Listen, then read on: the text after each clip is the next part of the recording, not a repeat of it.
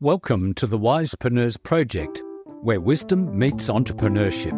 I'm Nigel Rawlins, and I provide down-to-earth practical advice to help people over 50, most often women, navigate the shift to independent professional work.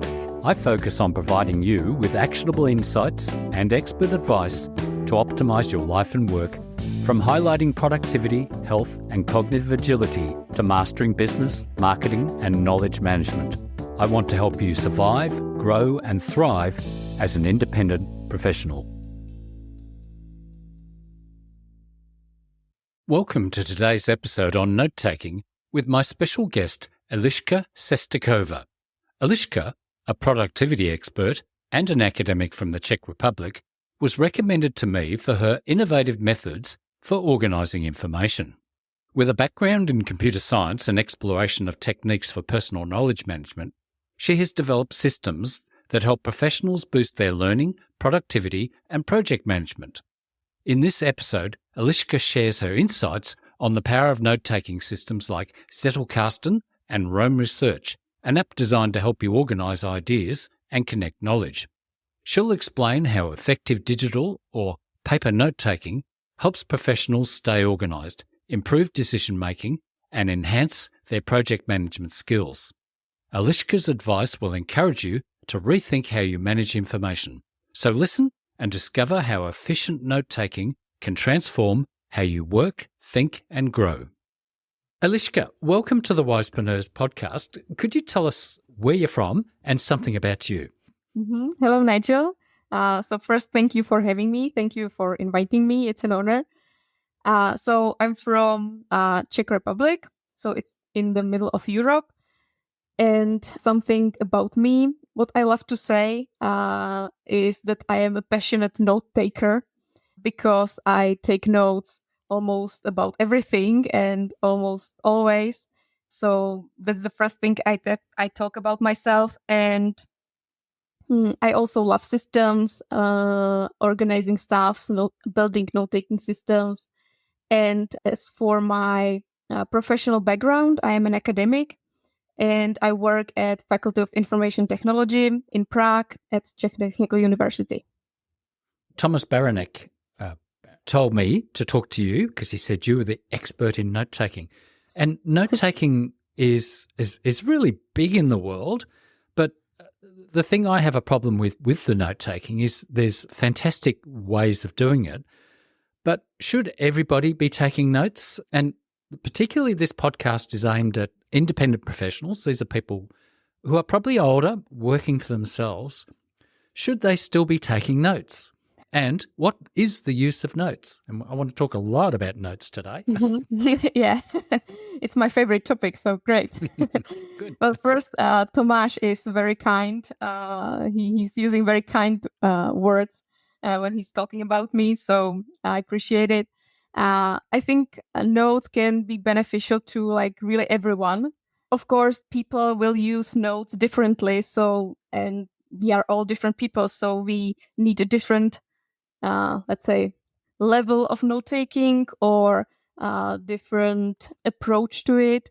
So, for example, me, I am very nerdy and very systematically oriented. So my note-taking system is very complex and maybe most people would be scared of it.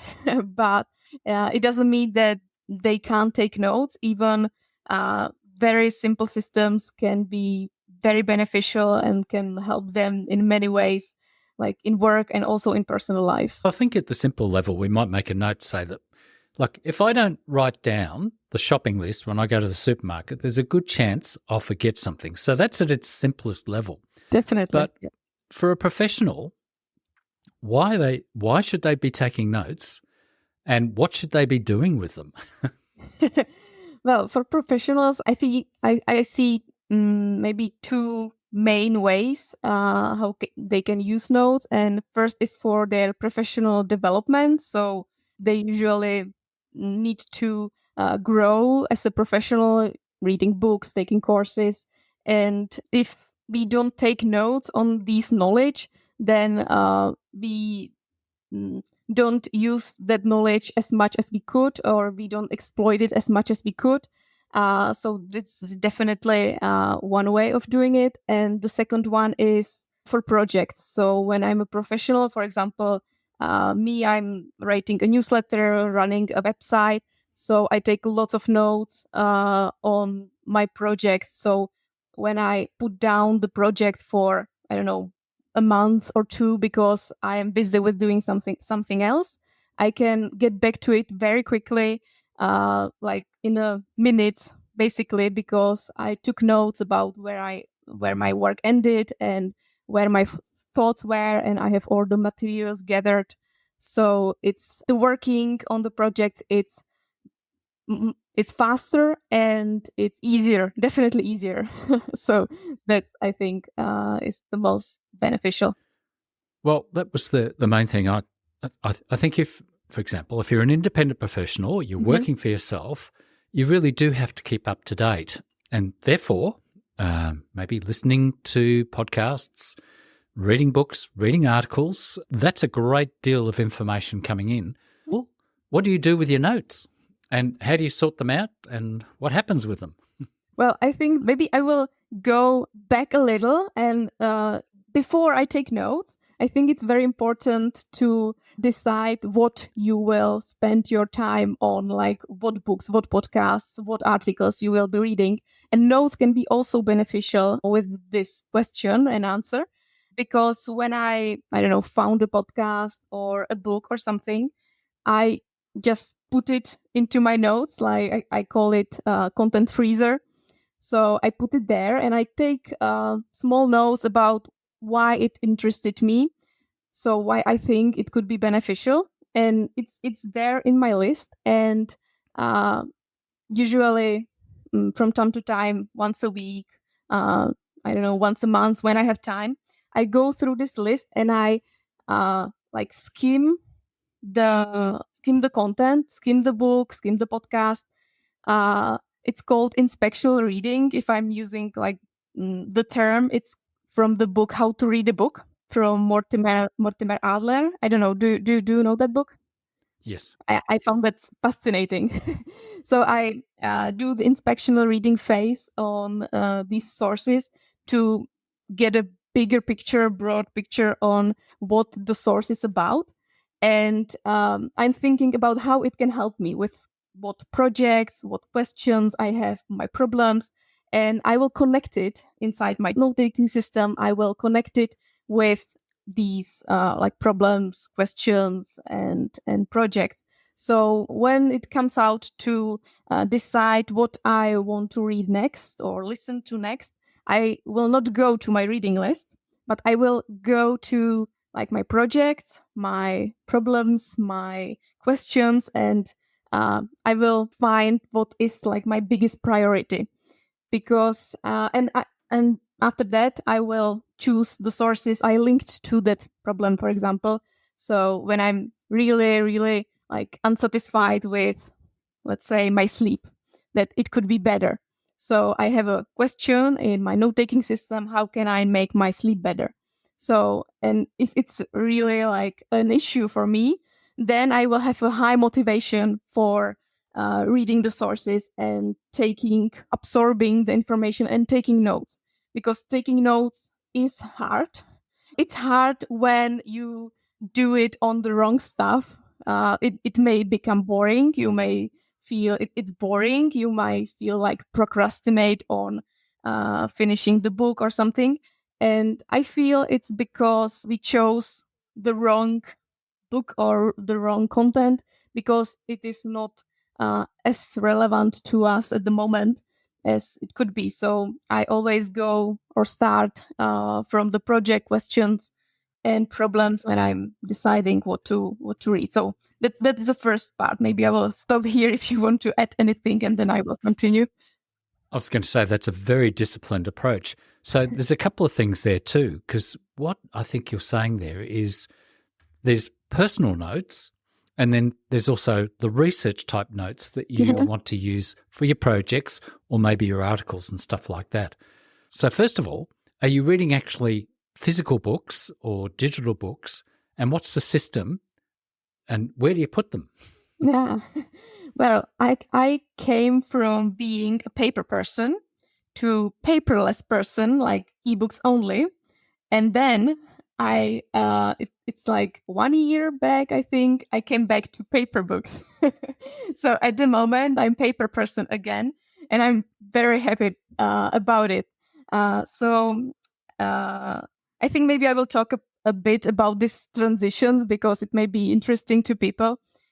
So first, when I was reading paper books, and it was a course I took, Building a Second Brain from Tiago Forte, where he explained like benefits of ebooks, like that you can extract highlights like on one click, and you can get it to a tool like Readwise, and then it can be synced to your note-taking app.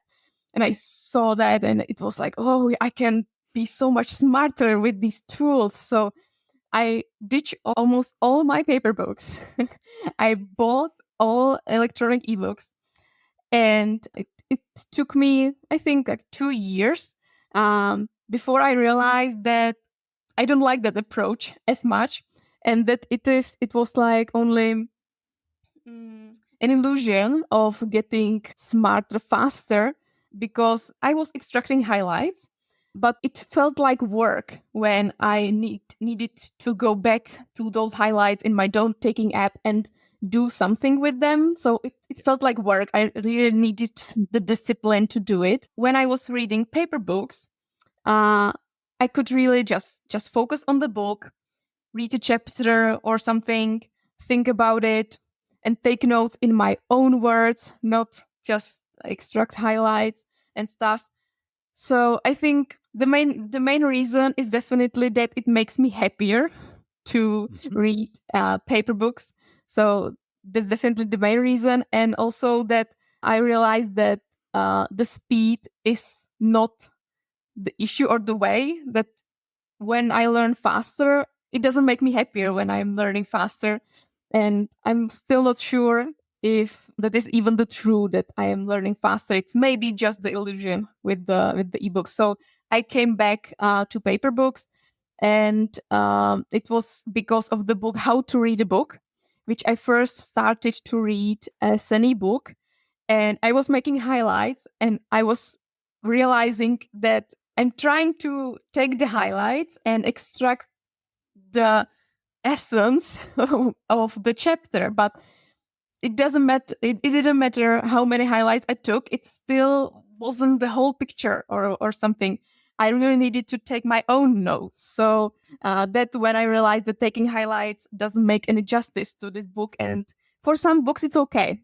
For some books, for some articles, I do use electronic versions and highlights. But when the book or the source is like really something, and I want to dig it out completely, and it's important for me, then I prefer paper and taking notes with my own words and writing them on paper or margins, and then going to note-taking app. Yeah, so that was maybe also part of your question. So I take notes in margins in the paper books. I underline and take small notes, and it depends how long the book is. But sometimes I move these notes to my note-taking app after I finish the whole book, sometimes when I finish a chapter. So it depends on the length of the book and also on its complexity and topic. I had to do something similar recently. I read a book digitally and took highlights, but I have never checked them. But the book was quite fascinating for me. It was about, believe it or not, business strategy by a chap called Peter Compo, who I'm speaking to in September on the podcast. I had to buy his book, the physical book, and then go through the book, and I take lots of notes on cards. So I took 160 cards, and then I kept going through those cards till I distilled it down to about 20 cards. And then I have to write about it to really understand it. And then I've got to try and put it into practice, because it's quite a practical book, but it's hard to get your head around. But by trying to read it digitally, it just wasn't getting into my head. Yeah, it just didn't work. I don't know why, but sometimes it just didn't work. Yeah, well, that's the secret. And I think Like I have probably hundreds of books. I've got to stop buying books. I've just got to get through them on my Kindle.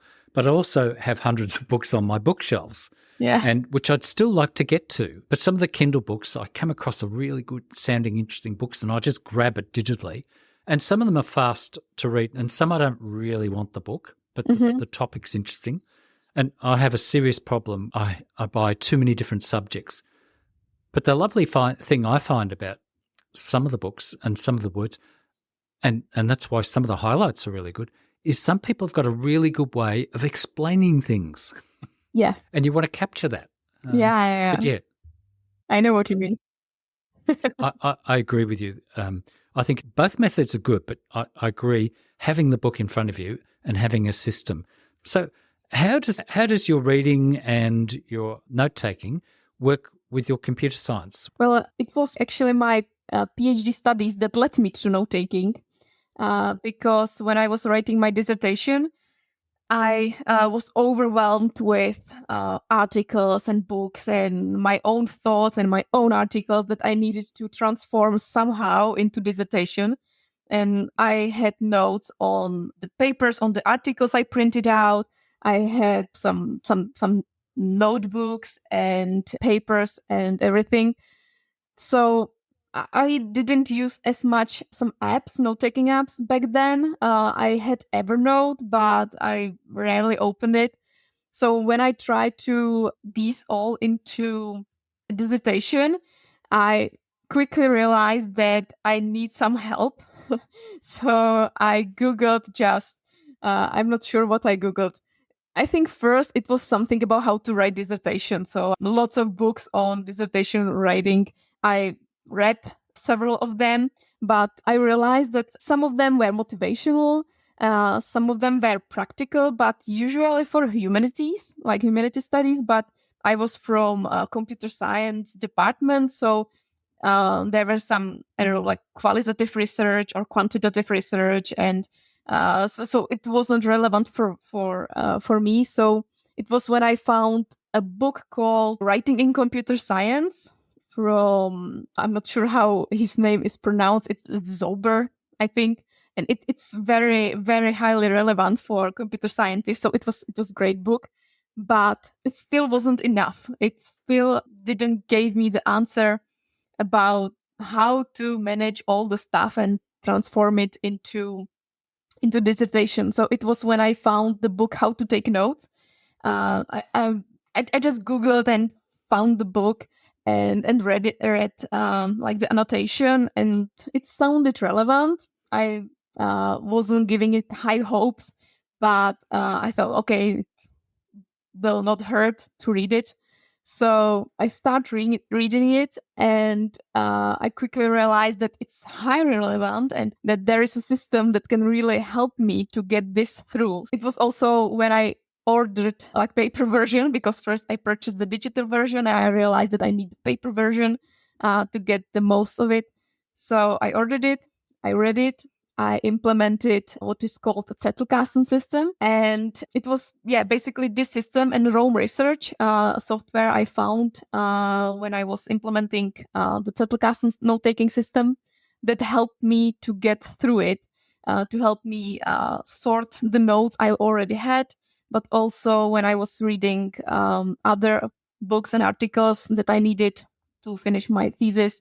Also with this new stuff, it helped me to get the dissertation done, and successfully, I may say now, so successfully.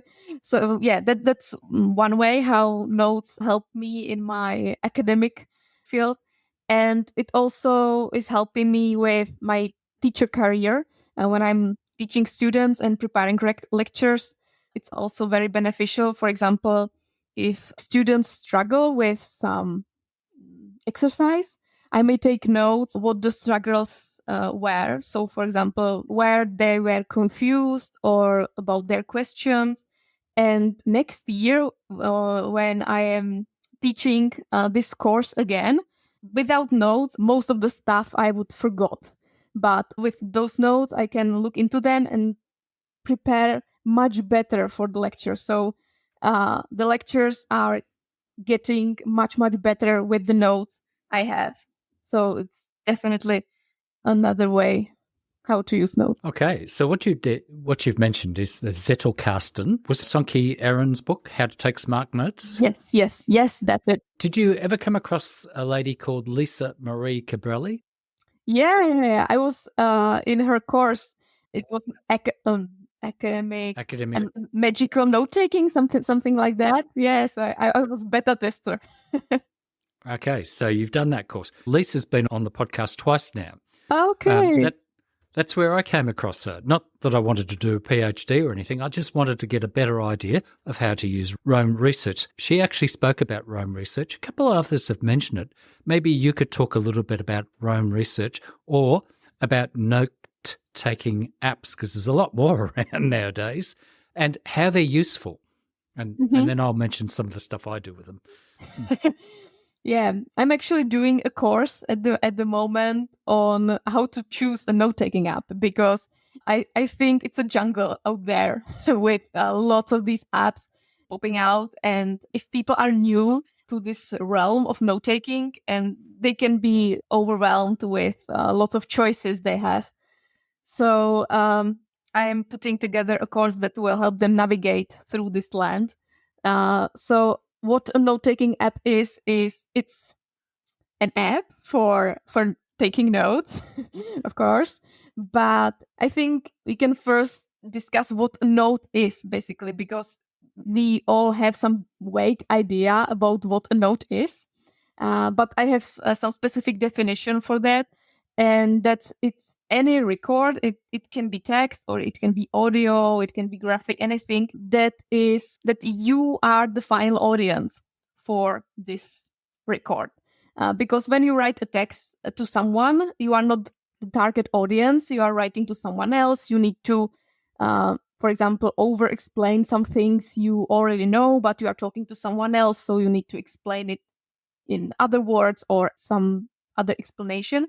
But when you are talking to yourself, you can leave things out because you know them, for example. So a note is something that is helping you to communicate with yourself, with your future self, and with your present self. It is for present self as well, because you can, for example, reflect on your problems and talk to yourself through these apps. And note-taking apps are designed for this communication, for communication with your future and present self. And they are equipped with lots of smart functions for that. One of the most interesting functions that came recently are called bidirectional links, which help you connect nodes, and then not only to create a link to some node, but also to see where you mentioned, all places in your app where you mentioned the specific node. So that is a function or feature that I'm using heavily in my workflow, for example, and it helps you organize with lots of features like tags, folders, of course, and the links. And there are some smart features like graph views, which basically led me to Roam Research. Like the graph view, it felt so essential that I needed that. And at the moment, I'm rarely using it.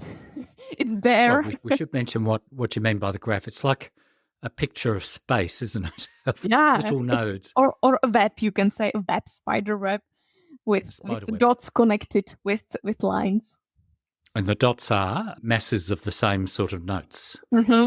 I've been using Roam Research since it came out, and trying to look at my graph, it takes forever to load because there's thousands of notes in there. I have no idea what's in my Roam Research, but I do tag all the time.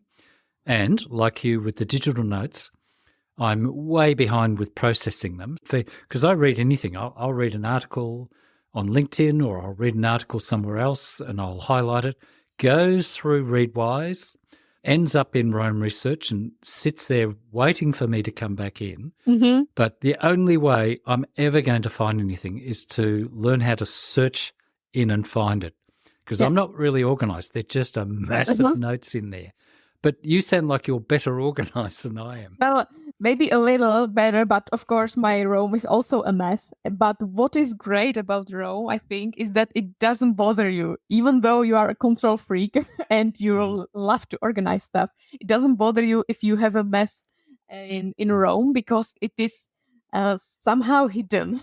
You can still have clean environment, even though if there is some mess underneath. And I think that's great about Rome.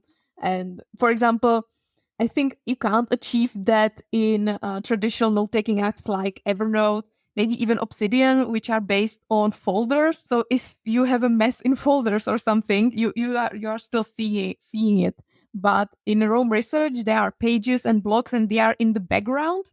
And if you don't create a shortcut, for example, for that to left sidebar or something, it is in the background. You can search for it, you can find it if you want it, but it's there. It doesn't bother you. So yeah, so that's how I survive.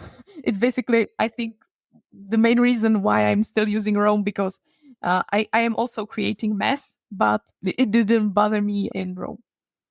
Well, the biggest danger is having thousands and thousands of notes in Rome Research and then wanting maybe to change to another one. Now, the other ones can import it, but I have no idea what it'd be like, because I have tried a couple of the others. And the problem with having been in one particular note-taking app for a long time, I did try Evernote before, but it just, I found it too clunky and just full of folders, as you mentioned. Mm-hmm. Rome Research came out, so I think I paid $500, and I think that gave it to me for 5 years. So mine's probably going to run out soon, and I have no idea what it's going to cost me to keep going. But all the others all cost some money too as well. Yeah. But when you said shortcuts, we should explain that. It means that if I load all the notes I've got of a particular book, but I haven't yet gone through and tagged them, so when we tag them, that's how we link to all the other notes with the same tag in the thing. You can highlight it and it'll appear on the site, so it'll always be there, and you can click on rather than having to search for it. But the other thing about Rome Research is being able to find a lot of the linked notes. And I'll be honest, I have never learned how to search. I mean, you can put a search in the top, but you'll only come up with particular pages. But you can do query searches, can't you? I'm not a master of query searches. But since AI's come in, I get AI to write the query for me. You've got a particular topic you want to write about. You've got lots and lots and lots of notes in there that are tagged to each other. So do you query it to find what you want?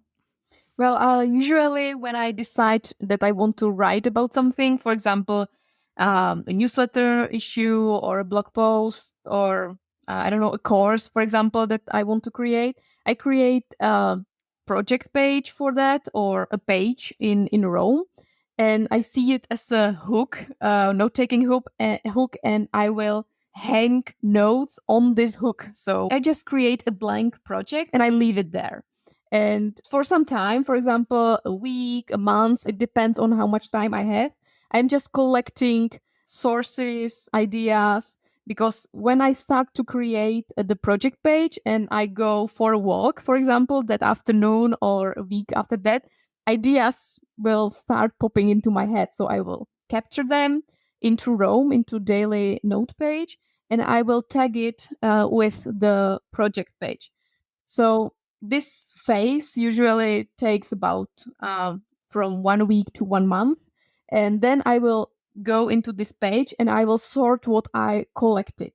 And if it is enough, I will stop. But if it is not enough, then I will go through my note-taking system and try to find something else. I usually don't use queries. I also just use the simple search for keywords. So let's say I am writing about productivity, so I will just put a keyword productivity into the search bar and look through all the mentions I have. Or I may have a node called productivity in my note-taking system, like the Zettelkasten. So it is like an index node, and from there I may find something highly relevant for the piece I'm writing, creating. So it's another way how I'm pulling information to my project. And sometimes I just need to say, okay, now it's enough, because the research may go on and on and on. So there is a line where I need to just listen to my intuition that I have enough now and I can stop researching. So I stop and I switch to the second phase, like creating and transforming all the stuff I have into something new. Now, this is interesting because one of the podcast guests I had was Debbie Jenkins, and Debbie talks about writing how-to books. She says, rather than writing about the whole subject, just write a short how-to book. And this is where note-taking, especially for the independent professionals, if you've got your notes somewhere organised and you can pull them out, then this will help you write a little how-to book. They don't have to be big books. Definitely, yeah. So the benefit of taking notes and reading widely, but not overdoing it. As you said, the intuition is, hey, enough's enough, get the damn thing out. Yeah. Okay, so that's interesting because you came across Lisa Marie Cabrelli. You use Rome Research. You've tried Readwise and highlighting notes and book notes and organising them. So you have a system. Did you find by doing Tiago Forte's course? Building a second brain? Yeah. So how did that help you with your organisation? Yeah, so it was where after I read the book How to Take Smart Notes from Zenke Arends, I was looking on the internet, searching how to implement the Zettelkasten method digitally, because the book is about the analog system and not giving too much advice on how to do it digitally. So at first I thought it will be easy, like these are the principles, of course I can do it digitally. But when I was trying to make it work, I came out with lots of questions. So I started to look into them on the internet, and it was when I found the course and Tiago and his course Building a Second Brain. And I knew it was not about Zettelkasten, but it was about personal knowledge management, so highly connected topic. So I decided to join in. It was cohort 12, I think, like 3-4 years ago. And again, I didn't have high hopes, but from the beginning, I wrote a tweet about my experience that it was like my first visit to Disneyland. Like I was jumping from one thing to another and saying, wow, this is so cool. So it was really a fascinating experience for me. And it helped me, I think, to put like basic layer of my note-taking system on which I built my Zettelkasten, because Zettelkasten I see as a way of organizing like pure knowledge, like knowledge from books, for example, and courses and your own thinking. So doing research.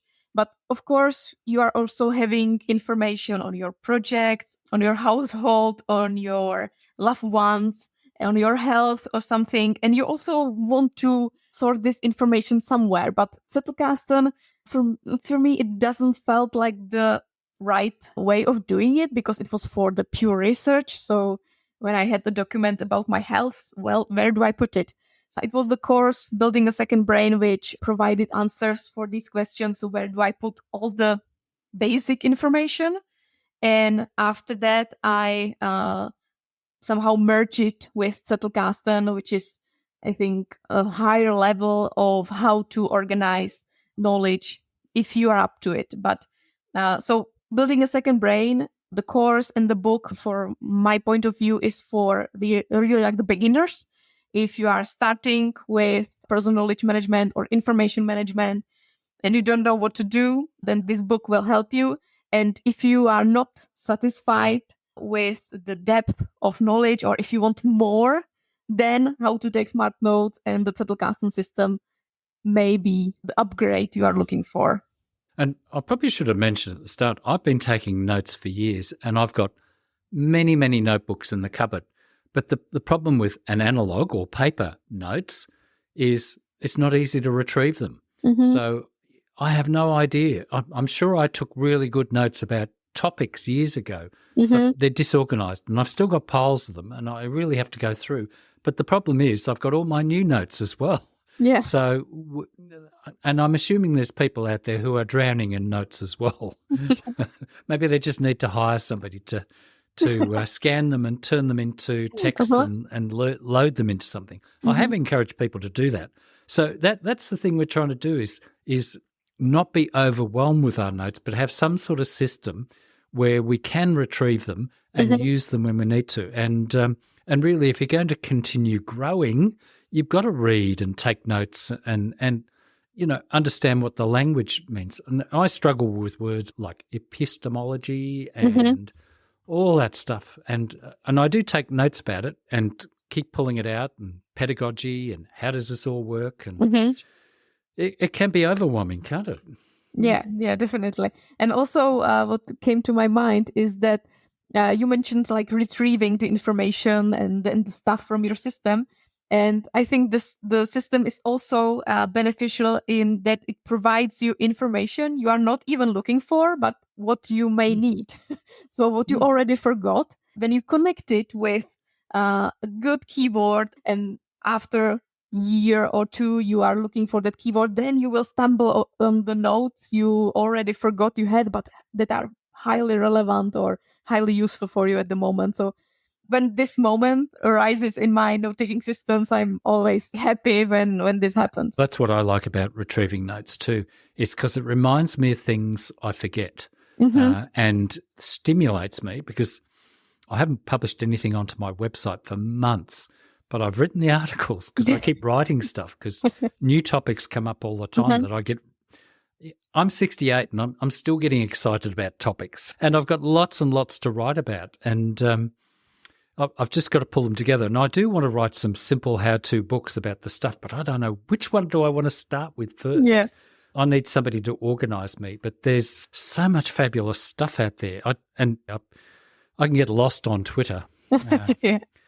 And I do follow people, and I make sure I get notified of the ones I'm really interested in. And they say, here's a fantastic note about decision-making or negotiation or an interesting aspect of marketing. And, I can get lost. And I read about WordPress and everything. It's just crazy. Yeah. What I would love is a really good AI system to work with Rome, not to do it all for me, but to help me find things and organise things. I think that might be coming, because I downloaded an AI app on my MacBook the other day that just organises files for me. And it does it beautifully. It doesn't lose anything. It just organises them. And I'm thinking, that would be wonderful. Nice. It might be coming, but I haven't seen anything from Rome. I don't think I've tried to learn anything about it lately. Look, I have tried Obsidian. This is the other thing too I'm noticing with note-taking apps. People get really excited about them and they become an expert on them, and then they do a course on them, and then another app comes along. And they either move to that one or somebody else does it, and their one goes out of date. So that's the danger with having too many note-taking apps too. Yeah, Definitely. I think it's called shiny new app syndrome. Like when a new app is coming out and people are crazy about it and like tweeting about it and posting stuff on social networks, like this is the app, like this will change the world, and you just go with the flow and you install the app and be there, but only for the period of time where a new app comes out and a new wave starts. So I myself, I was in this hamster wheel for a while, but when I found Rome, sometimes people say that when you're using Rome, you will have a hard time when you want to move stuff somewhere else. But I found that actually beneficial, because it prevents me to migrate like quickly and install new app and move everything. So I don't see it as that I am like locked in this system that I can't export my notes. I can export them. I can put them in some other app. It will not maybe work so nicely, but it will work somehow. But the vision of doing it prevents me to jump ships so quickly. Totally agree. That's the biggest danger. There's so much happening in the world today, and there's so many things that we want to use, like AI and automation's the next big thing. How do we just cut down the stuff that we keep having to do? How can we automate that? And there's new software all the time. And if you're like me, using this app and you're using that app. And every time you bring a new app in, you've got to learn it. Yep. And I keep buying all the courses that are going to show me how, and I've still got 10 courses to get through, which I'll never get through. So what advice would you give to somebody now saying, okay, I've got lots of paper notes, but this is not working for me anymore. What should they do? Where should they start? Yeah, just one more thing that came to my mind about the switching the apps. And it's a sentence or something, some mantra that I try to remind myself when a new app comes out and I'm inclined to try it and maybe use that instead of Roam, is that I remind myself that Niklas Luhmann, the most famous user, I think, of Zettelkasten system, didn't have any note-taking app. He used only wooden boxes with cards, with paper cards, and how productive he was. So I don't need, or we don't need like the best or perfect app for doing the work, doing the thinking. Really just a simple app will do. If there is something that really bothers me, like some feature missing or something, for example, it loads too slowly or something like this, it is a good reason to switch apps. But if everything is working and you just think that you might be maybe more productive if you move to this app, then I myself don't do it. I always remind myself, Niklas has only wooden box and he was productive. So. And he wrote lots of books and lots of articles. Yes. Always incredibly productive. I think that's the important thing. If you've got lots of paper notes now, I think it will be overwhelming to think about, especially if you're older, how to digitize those unless you're prepared to pay somebody to do it for you and organize it. One of the things about Roam research that annoys me a little bit, it is a bit technical. However, that doesn't stop me. It is the searching that is more tech. And then I guess there's tech heads out there, or what do you call them, who are doing amazing things with it because they know how to write the software for it. But mine is very basic. I just tag stuff and then hopefully pull it out. Okay, so our advice to somebody is not go mad on this. Keep it simple. But, gee, where would we point them? Yeah, but in this moment, it will be in Czech language, but we plan to translate it into English as well. So after that, it will be available for most of the people. But for start, I would say just choose like 10 apps, for example. 10. Use them for a while, 10 apps, but not use them like properly, but just to like test them out, like to see what options people have. And try to take notes about what you like, what you don't like, what you are looking for, what your use cases are, for example, what you want to take notes on, and so on. And look on the features that the applications offer, and then just choose one.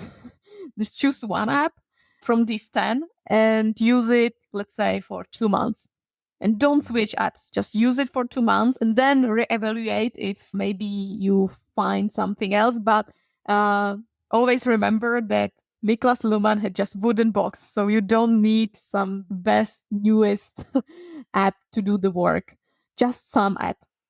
I think Apple Notes would work for me just fine. I'm happy with Roam Research. It has great functions, but I could do the work with Apple Notes as well. I'm going to suggest to people, if you do subscribe to something, just pay by the month. Don't do what I do and pay by the year and then suddenly find after 3 months that it's just terrible. Yeah.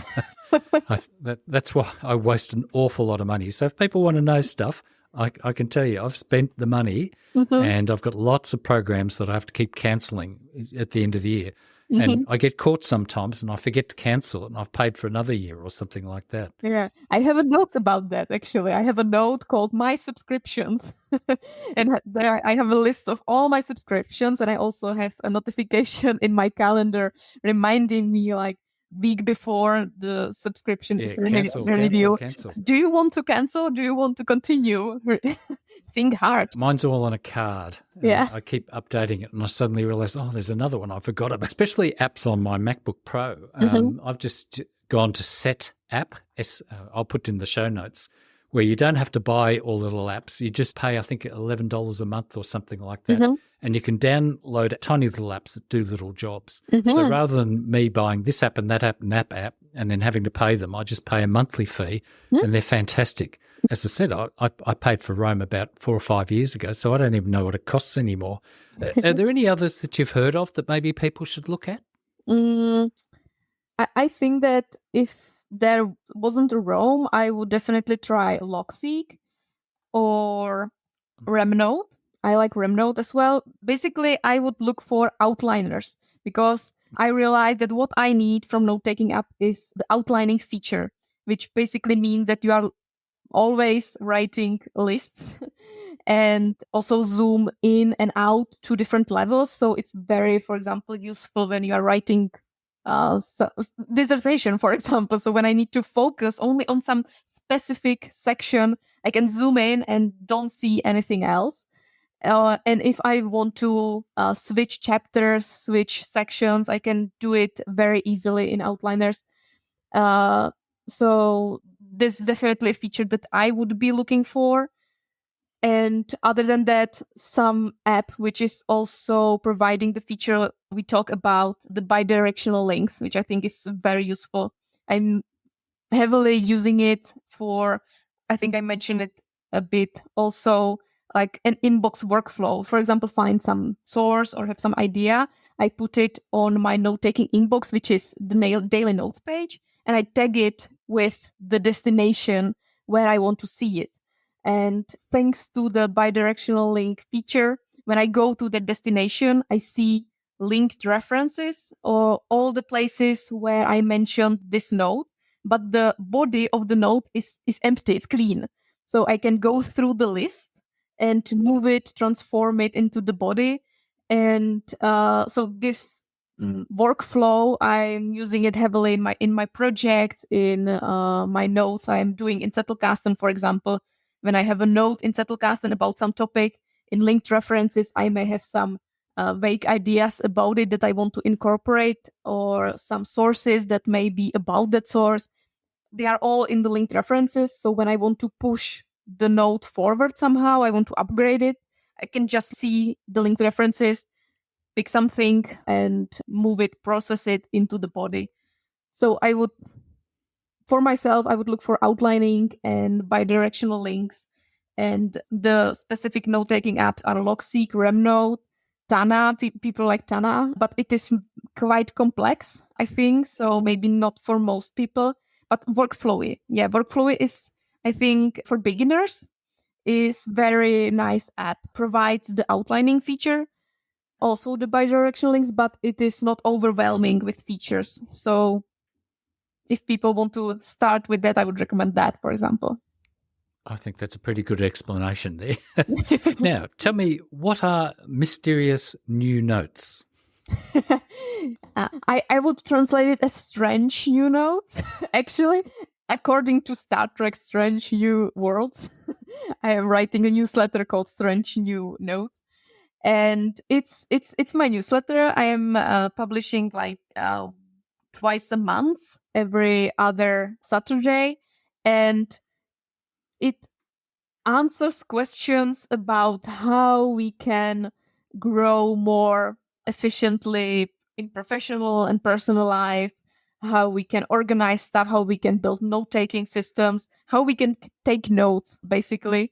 So I publish there my thoughts that I gathered in my Zettelkasten system, because for quite some time I was just writing in my system, but I wasn't publishing anything. So I needed to put a little pressure on myself. So I decided to publish every 2 weeks something from my Zettelkasten, and not to create some big article with tons of research, because before that I was publishing on my website articles about, 10, 15,000 words with lots of references and everything. And it took me always like half a year to write it. So at the moment, I'm scaling to get it smaller.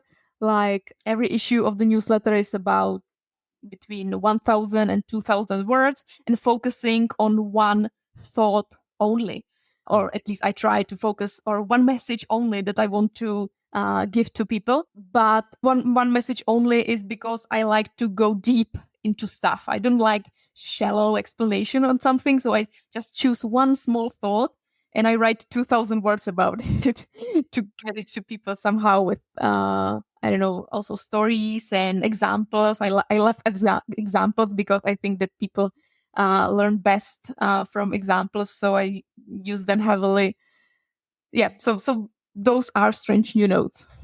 No, I do subscribe to it, and it comes through in the Czech language.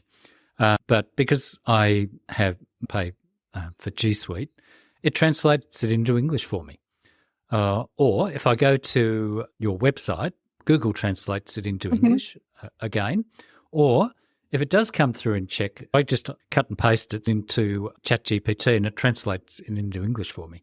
Okay. So it's not, there's no longer a problem, I don't think, about reading people in a different language to ourselves. The difficulty is finding the good writers like that and then figuring out how to subscribe to their newsletters and then doing it.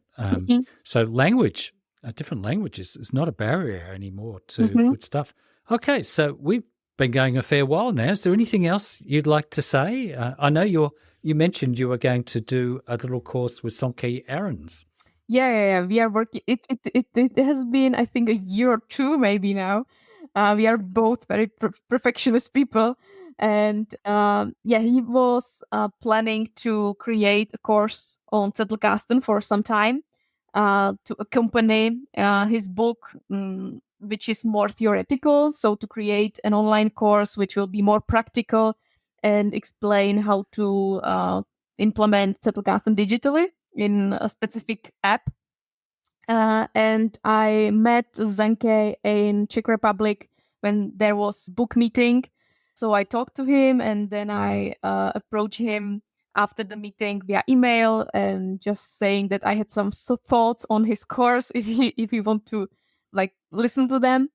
And we had a call and he offered me to join him on this course creation. So since then we are working together and it's coming together, I would say. So hopefully first half of next year it could be out. So fingers crossed. Yes. Well, that's one of the big issues. We always underestimate how long it takes to create a course or write a book or anything like that, or to do a project. Well, that's been fantastic. So how would you like people to connect with you? I will put things in the show notes. So I will put your website address and how to get your email newsletter. So how would you like people to connect with you? Hopefully I will manage to translate my website and my newsletter into English so people won't need to use AI and stuff to translate them and translate it for themselves. At the moment, I think social networks like I'm on Twitter, I'm on LinkedIn, Instagram, Facebook as well. I have a page there. So we can put links to notes for the show and people can approach me. I'll do that. All right. This has been fantastic. So thank you very much for joining me, Eliška. It's been wonderful. Thank you again. Thank you. Thank you, Nigel. Thank you for listening to the Wisepreneurs podcast. I hope you enjoyed this episode.